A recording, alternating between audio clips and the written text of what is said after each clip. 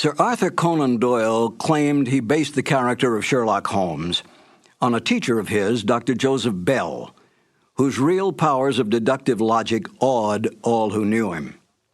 Yet Dr. Bell, in a letter to Conan Doyle, stated quite bluntly, "You are yourself Sherlock Holmes, and well you know it." Conan Doyle did not dispute this statement, for in fact Sherlock Holmes had the best characteristics of his creator. So did Dr. Watson. Highly educated, honest to the core, and one of the best writers of the Victorian age, the British public and then the world took him to their hearts. It was not long before the doctor-turned-writer found himself a well-established man of letters and friend to such countrymen as Oscar Wilde, Rudyard Kipling, and H.G. Wells. Not bad company to be with. In real life, Conan Doyle solved more than 2 actual murder mysteries, saving the lives of innocent men by his careful research, gathering of facts, and deductive reasoning. Few men in history can claim such feats. When he died in 1930, a time not so long ago, Sir Arthur Conan Doyle had this epitaph engraved on his tombstone: "Steel true, blade straight, Arthur Conan Doyle, knight, patriot, physician, and man of letters." Fitting words for such a giant of a man. And now, Basil Rathbone and Nigel Bruce in The Adventure of the 00. This episode from the life of Sherlock Holmes will be transmitted to our men and women overseas by shortwave and through the worldwide facilities of the Armed Forces Radio Service. Petri Wine brings you Basil Rathbone and Nigel Bruce in the new adventures of Sherlock Holmes.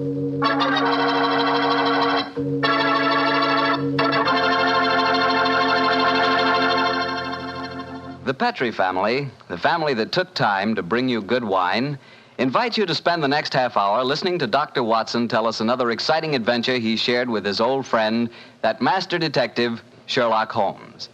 And say, let me tell you something I found out just the other day. Steaks are really back again. Good, thick, juicy porterhouse steaks. That's for me. A thick, tender steak on the rare side, together with a glass of Petri California Burgundy.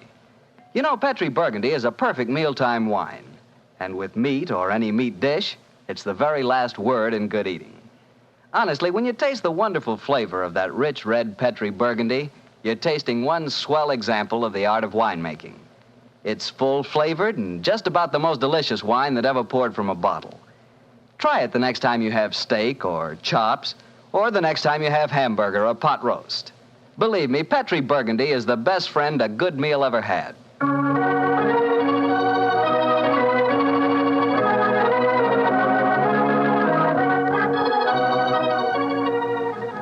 And now let's look in on our good friend and host, Dr. Watson. Come in. Ah, there you are, Mr. Bartell. Evening, Doctor. Just in time to join me in a cup of coffee. Draw up your chair, young fellow, my lad. Thank you. Ah, that's it. Well, Doctor, you told us last week that tonight's new Sherlock Holmes adventure takes us to the south of France. That's right, Mr. Bartell. The south of France in the year 1900. A beautiful playground bordered by the bluest of blue seas and populated with an extraordinary cross-section of cosmopolitan Europe. Rich man, poor man, beggar man, thief. All of them attracted by that Riviera paradise.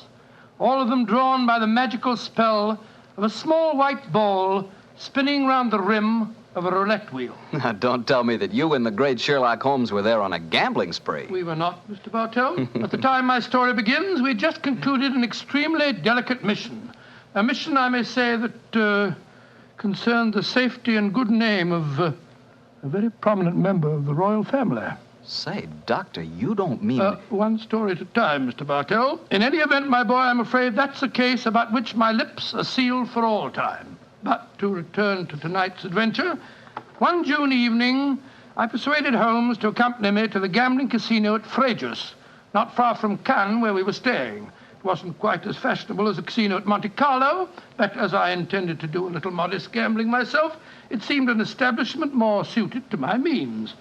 As we stood there at the green baize-covered tables, the chatter of voices and the melodic chanting of the croupiers as they called the results of each spin of the wheel formed a background to a quiet conversation that Holmes and I were having.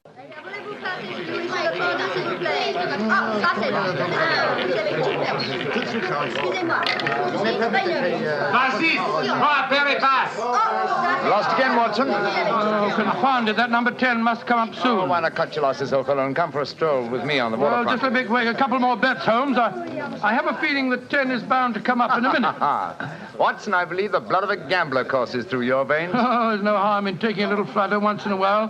Why don't you risk a few francs, Holmes? Oh, thanks you, my dear chap. The law of averages convinces me that my money is safer in my pocket.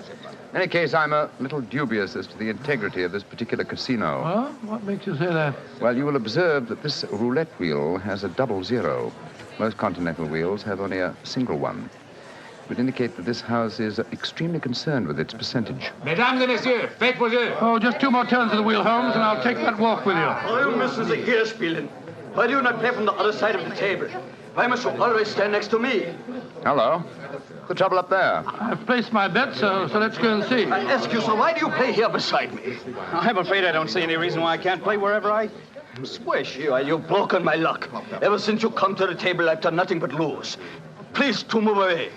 Well, move away yourself if you don't like my company. Heinrich, why do you not stop now? You've already lost more than we can afford. One more throw, Elsa. I can win it all back if only this young man will move away. Why should my husband move? He's had a bad run of luck, too.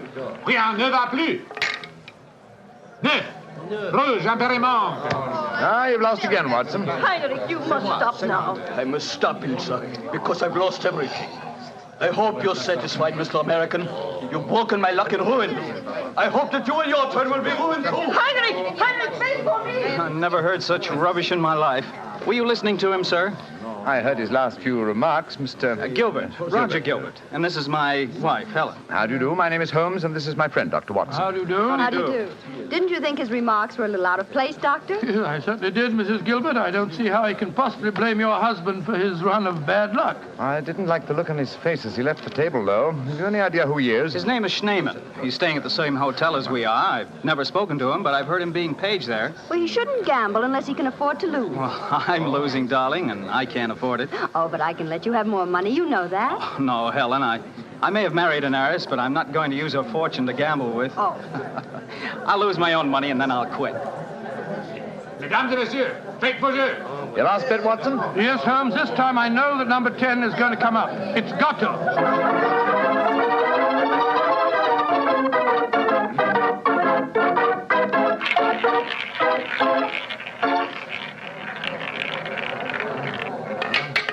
Numéro 10. 10 at last. I've lost again, darn it. Helen, this is my bad night. Well, why don't you stop now, dear? Holmes, I've made 350 francs. On this throw of the wheel, old fellow, but as you've lost some 500 francs doing it, I can't say that your profits stagger me. Oh, Mr. Holmes, I can see that you're no gambler. I'm afraid not, Mrs. I Gilbert. wouldn't say that, Holmes. You may not like roulette.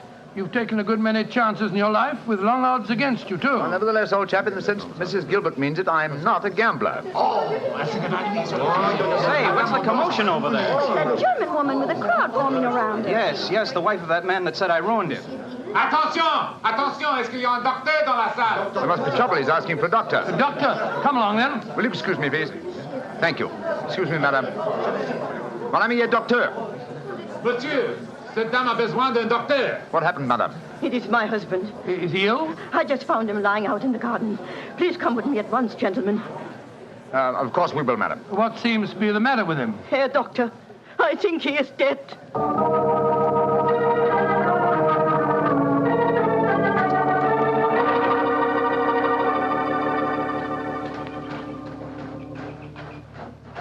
He's lying by that tree, Doctor.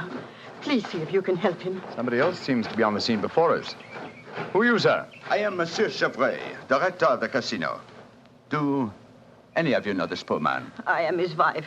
Is he dead? I am afraid so, madame. Let me look at him. I'm a doctor. Was your husband gambling in the casino tonight, madame? Yeah, he was.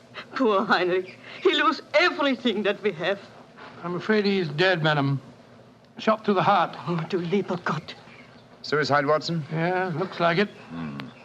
Yes. Powder burns on the shirt front, revolver clutched in the right hand, fingers in a natural position. The angle of the wound settles it. Obviously self-inflicted. I missed you as you slipped out of the casino. What's wrong with him? I'm afraid he's dead, Mr. Gilbert. Yes, he committed suicide. I hope, young man, that you are satisfied. All night you brought him bad luck. He asked you to move away from him to change his luck, but no, you could not do it. Oh, Frau Schneemann, I'm terribly sorry, but I really don't see how you can blame me. I do blame you, and I also blame you, Monsieur Chevry. Me? But what have I done, madame? Why do you let a man lose all his money at your tables? Is life so cheap to you, and money so important, that you cannot close the tables to someone before he's ruined? Madame, I am all sympathy for you in your tragic loss. But the casino cannot be held responsible. If your husband could not afford to gamble, then he should not come here.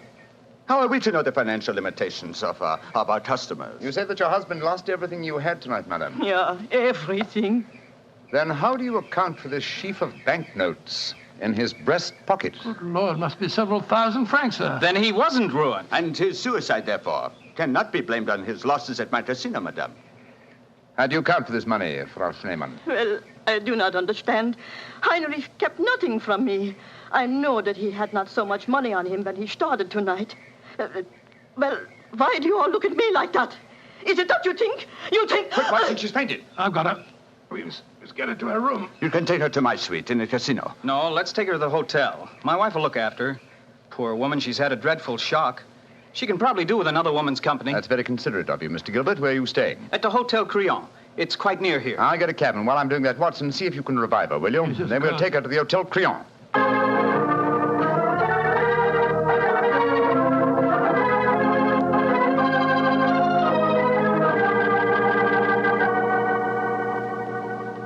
Very kind of you, Mrs. Gilbert, to let us bring the poor lady into your suite. Well, it's the least I can do, in spite of what she said about Roger bringing her husband bad luck. I'm sure she'll need your help when she wakes up, Helen. Yes, I think you'll find that she'll sleep for some hours. I gave her a strong sedative. Well, we were just about to have a drink, gentlemen. Do you care to join us?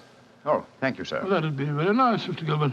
Roger was just telling me that quite a large sum of money was found on Herr Shaman's body, Mr. Holmes. Yes, Mrs. Gilbert. Several thousand francs. It's very puzzling, Holmes. Why should a man commit suicide with so much money on him? I think the answer is obvious. He didn't. What on earth do you mean? Well, the money was placed there after he had shot himself. The banknotes were in his breast pocket, if you remember. Hardly the usual place to carry money. Though it is the easiest pocket for someone to insert it without disturbing the body. But why on earth should someone place money on him after his suicide? To prevent the casino from getting a bad name. I've heard of it being done on several similar occasions. Gives the impression that the unfortunate victim had other motives than gambling losses to account for his suicide. Great Scott, you mean that one of the casino employees found the body lying there and slipped the money in his breast pocket before we arrived on the scene? As you know, my dear Watson, I'm not a gambling man, but I'll lay you 100 to 1. That is what happened. Well, that's a new one. Well, here are your drinks, gentlemen. Thank you. Thank you, sir. Thank you. Say, Helen, Mr. Holmes has given me a brainwave. Another one? What is it this time, Roger? Now, I've been losing very heavily tonight. Roger, I've told you, if you need money, I'll be only... But I don't. I've got a scheme for making some. I'm going to gamble again tonight after dinner. If I lose, here's what I'll do. I'll stain my shirt front with red ink, walk out in the grounds, fire a shot, and lie down as though I'm dead. I'll wait for someone to come along and stuff my pockets full of banknotes. Not a bad idea, Mr. Gilbert. I think it's a darn good one. What do you say, Mr. Holmes? It's a whimsical one at any rate. Who knows? You might even be successful. Roger, you're not really going to do it, are you? Sure. Perhaps I'll get some of my losses back that way. Well, let's drink to it, gentlemen. At least I may have hit upon an idea of making money.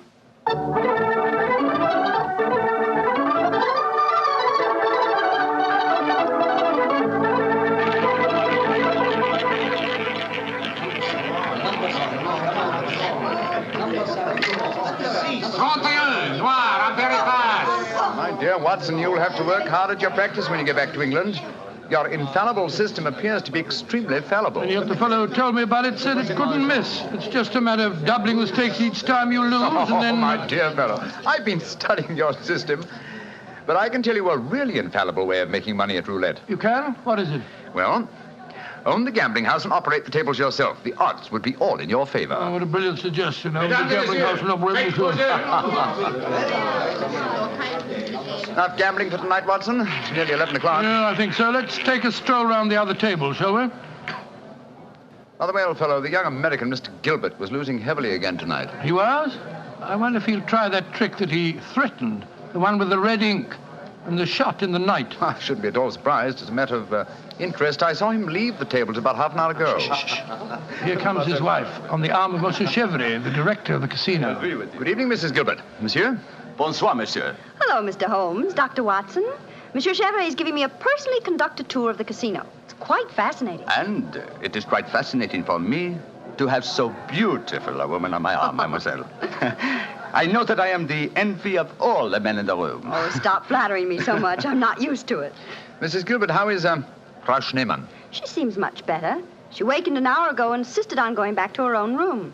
I wanted her to spend the night with us in our suite, but she wouldn't hear of it. I think I should drop in and see her before I go to bed. Oh, you have finished the gambling for tonight, perhaps, Doctor? No, perhaps about it, Monsieur Chevry. I've had a bad run at the tables. Oh, I am so sorry. Has anyone seen Roger? He left the tables about half an hour ago, Mrs. Gilbert. After doing as I did and losing quite heavily. So he lost again, did he?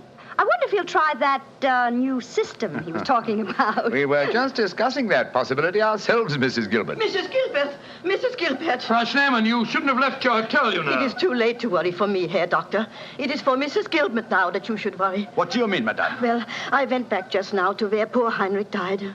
And there, lying in the grass, I saw another body. I was too shocked to go too close. But I am quite sure that I recognize your husband, Mrs. Gilbert. Oh, Dr. Watson, she's ruined Roger's trick. And he'll have taken fright and bolted by the time we get there. Possibly. Let's go at once and find out, shall we?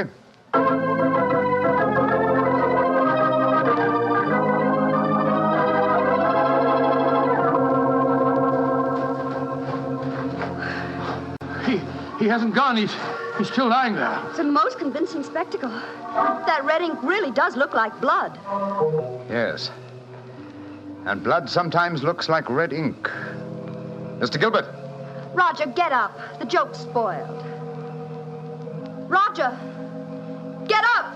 I'm afraid that's impossible, Mrs. Gilbert. He's dead.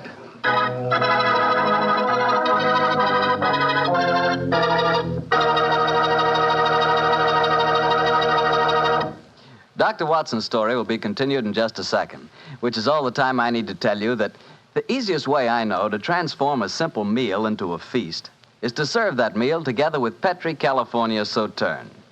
Petri Sauterne is a delicate white wine that's the perfect companion for chicken or turkey. Turkey, ah, yes. Turkey and Petri Sauterne. That's the heart of any Thanksgiving dinner. Look, why not make this Thanksgiving dinner the best one you ever had? Give it the air of a banquet. Serve it with Petri Sauterne.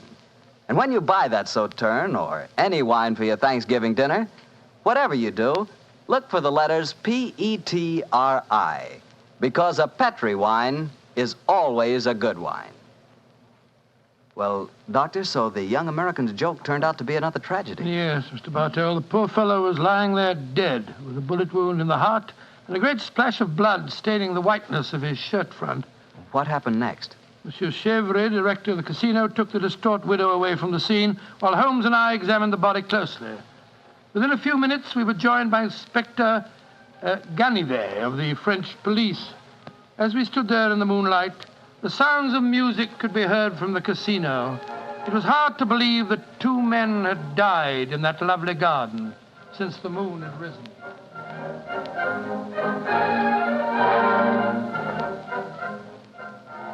Monsieur Holmes, you and Dr. Watson have concluded your examination? Yes, Inspector Ganivet. Will you favor me with your observations? You say that you are certain that this is not another suicide? I'm sure of it, Inspector. Look at the wound. The bullet entered the body at a direct right angle, whereas a self-inflicted shot is always fired obliquely. Yes, that is so. Then you suggest that this man was shot from above as he lay on the ground pretending to be dead? I'm convinced of it. Why, Monsieur Holmes? Well, for two reasons. Though it's impossible to be sure without a laboratory test, I'm certain that beneath those blood stains are stains of red ink. Look for yourself, Inspector. Yes, indeed, it does look like it. What is your other reason for being certain that this man was shot as he lay here pretending death? Show him the banknotes, Watson. Here you are, Inspector. We found them stuffed in his breast pocket. So, banknotes with a bullet hole through the middle of them. Very illuminating. Tell me, gentlemen, how many people knew of this little plot you have told me about, this plan of the dead man's to pretend to be shot? Just 3 people, Inspector. Dr. Watson, myself, and Mrs. Gilbert. Alors, then the answer is obvious. You and your friend are innocent. It must be the wife who killed him. No one else knew of the plot. I'm not so sure of that. Frau Schneemann, the dead German's widow, was in the next room when Gilbert told us about his plan. She might have heard, though I could swear that she was asleep. I gave her a very strong sleeping draught. From what you have told me of her husband's suicide, she might easily have had a motive for murdering this man. Come, gentlemen. Surely it's obvious who murdered Mr. Gilbert? Who, Monsieur Holmes? Well, it's certainly one of the 2 widows. Since there seems to be some doubt in your minds, I suggest we return to the casino. I can promise you the answer to your question within a very few minutes.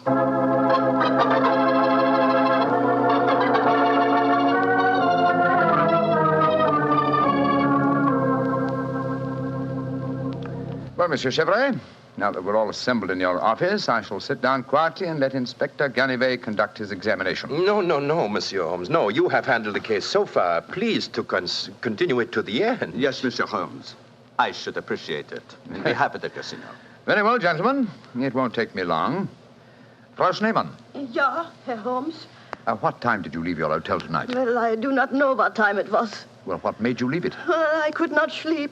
I knew that they had taken poor Heinrich's body away, but I felt that I must walk back there. It was the last place I saw him alive. How close did you come to Mr. Gilbert's body when you saw it lying there? Oh, close enough to see who it was. Then I ran into the casino to tell his wife. I knew what had happened. How did you know?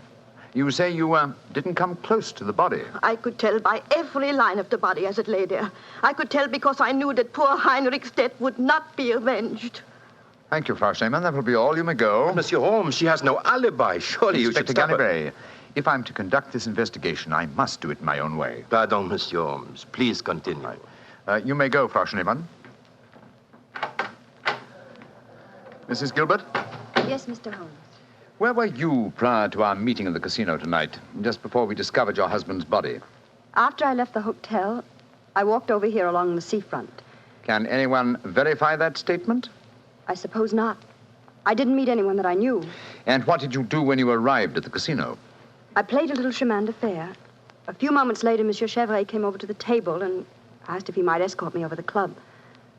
10 minutes after that, we walked into you and Dr. Watson. That is quite true, Monsieur Holmes. I can swear to it. Thank you, Mrs. Gilbert. I'm sorry to distress you with these questions. You may go.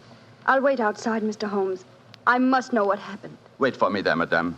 I shall join you in a few minutes and escort you home. Well, another suspect with a poor alibi, eh, Ganivet? I must say, Monsieur Holmes, your methods puzzle me. It seems to me that both those women should be watched. Yes, I agree with the Inspector, Holmes. Please don't worry, Inspector. I've asked 2 of your plainclothes men to keep an eye on the ladies. And now, Monsieur Chevrolet, I'd like to ask you a few questions. Ask me any questions you wish, Monsieur Holmes. Thank you. You will agree that it is the custom of the casino to put money on the bodies of suicides after their death, to give the impression that gambling losses were not responsible for the tragedy. Well, I do not think... Oh, come now, Chevrolet. I know that is a fact as well as you do. Exactly. Now, on those rather gruesome occasions, whose responsibility is it to secrete the money? Yours? Or do you entrust the matter to an underling? I do it myself. I see. Did you place the money on Herr Schneemann tonight? Yes, monsieur, I did.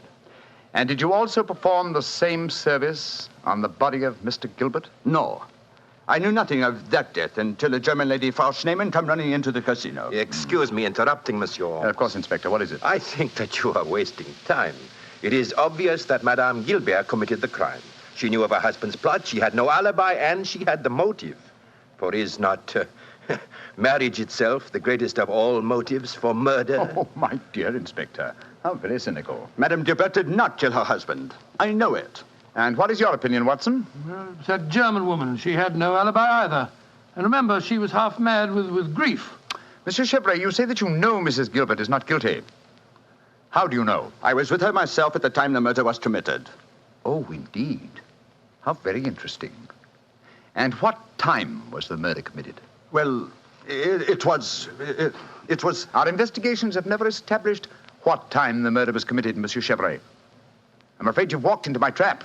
You've given yourself away. Great Scott, Chevrolet, it was you. Chevrolet, I've known you a good many years, and this is going to be a hard thing to do. I am going to arrest you. Oh, no, you're not, Genevieve. Put down that revolver, sir. Do not be frightened, Doctor. I am not going to shoot you. Chevrolet, why did you murder Roger Gilbert tonight? Surely you know that too, Monsieur Holmes. Because I am in love with his wife. She's young, beautiful, and rich. It did not occur to me until I saw the young fool lying there tonight pretending to be dead. In my profession, it is natural that I should carry a revolver. What was simpler? Mr. Gilbert gave me the perfect opportunity. I could not resist it. Put down that revolver, Chevrolet. Why are you all so frightened? Surely you know how I am going to use it this time. I think so, monsieur. But it's a coward's way out. What an unperceptive remark for such a perceptive man. No. No, all my life I have been a gambler. I gambled tonight for the highest stakes of all, and I lost. No. No, I am not afraid to pay for my losses. Au revoir, monsieur.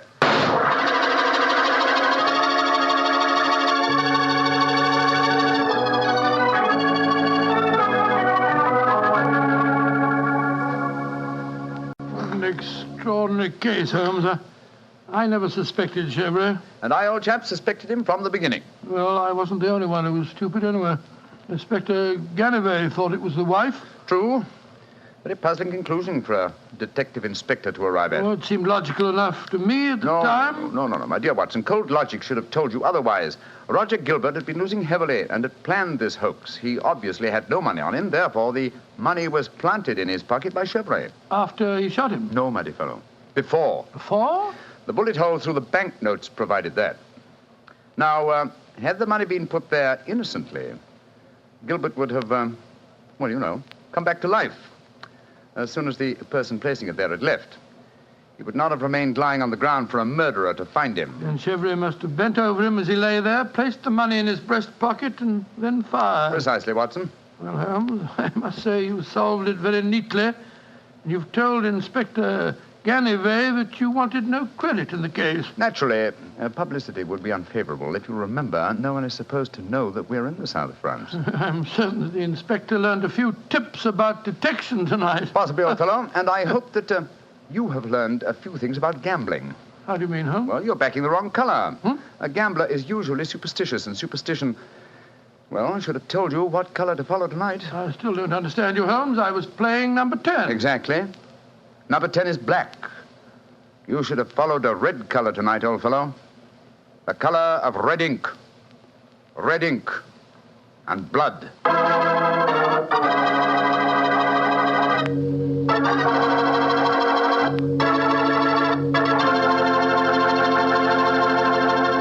Say, Doctor, that was a swell story. I didn't know you liked to play roulette. Well, I figured out a system for roulette. It's like yours. Every time you lose, you double your money and keep doubling until you win. Oh, it's a great system, Mr. Bartell. There's only one thing wrong with it. What's that? You lose, you go broke before you win. Look, take my advice. Don't gamble. You can't beat the laws of chance. But suppose I bet on a sure thing. Like what, for instance? Oh, like the fact that Petri wine is always good wine. It is, you know. Because the Petri family has been making wine for generations. They've been handing down from father to son, the art of turning luscious, sun-ripened grapes into delicious, fragrant wine. Ever since the Petri family started their business way back in the 1800s, they've been perfecting the art of winemaking.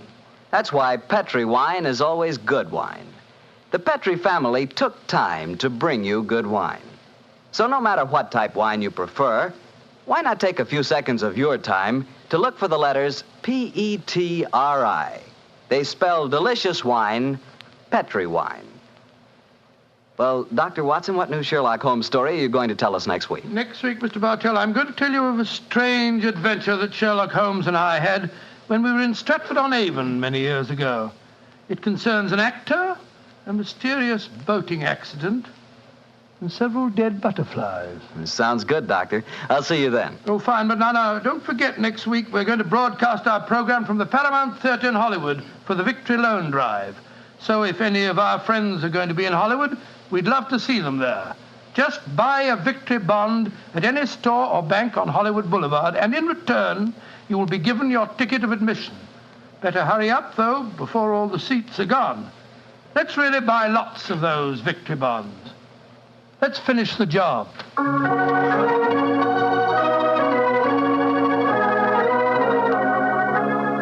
Tonight's Sherlock Holmes adventure is written by Dennis Green and Anthony Boucher and was suggested by an incident in the Sir Arthur Conan Doyle story, A Study in Scarlet. Music is by Dean Fosler.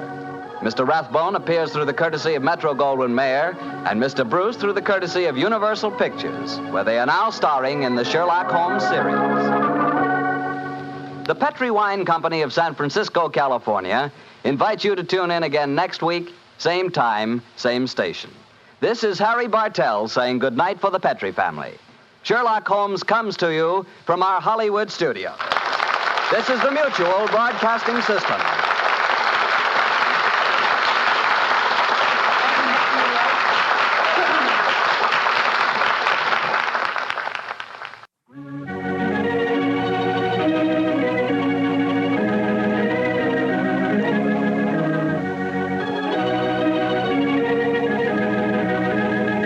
The two episodes you've just heard, the original The Adventure of Thor Bridge and The Double Zero, are part of the New Adventures of Sherlock Holmes starring Basil Rathbone and Nigel Bruce, and are a 1989 copyrighted production of 221A Baker Street Associates.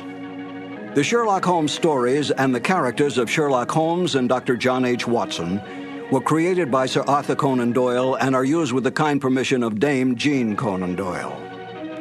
This is Harry Bartell. Won't you join me again on another cassette when I present Murder in Wax and The Man with the Twisted Lip?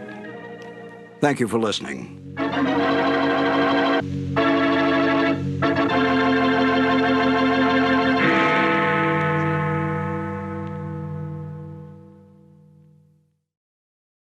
This has been a presentation of Simon & Schuster Audio.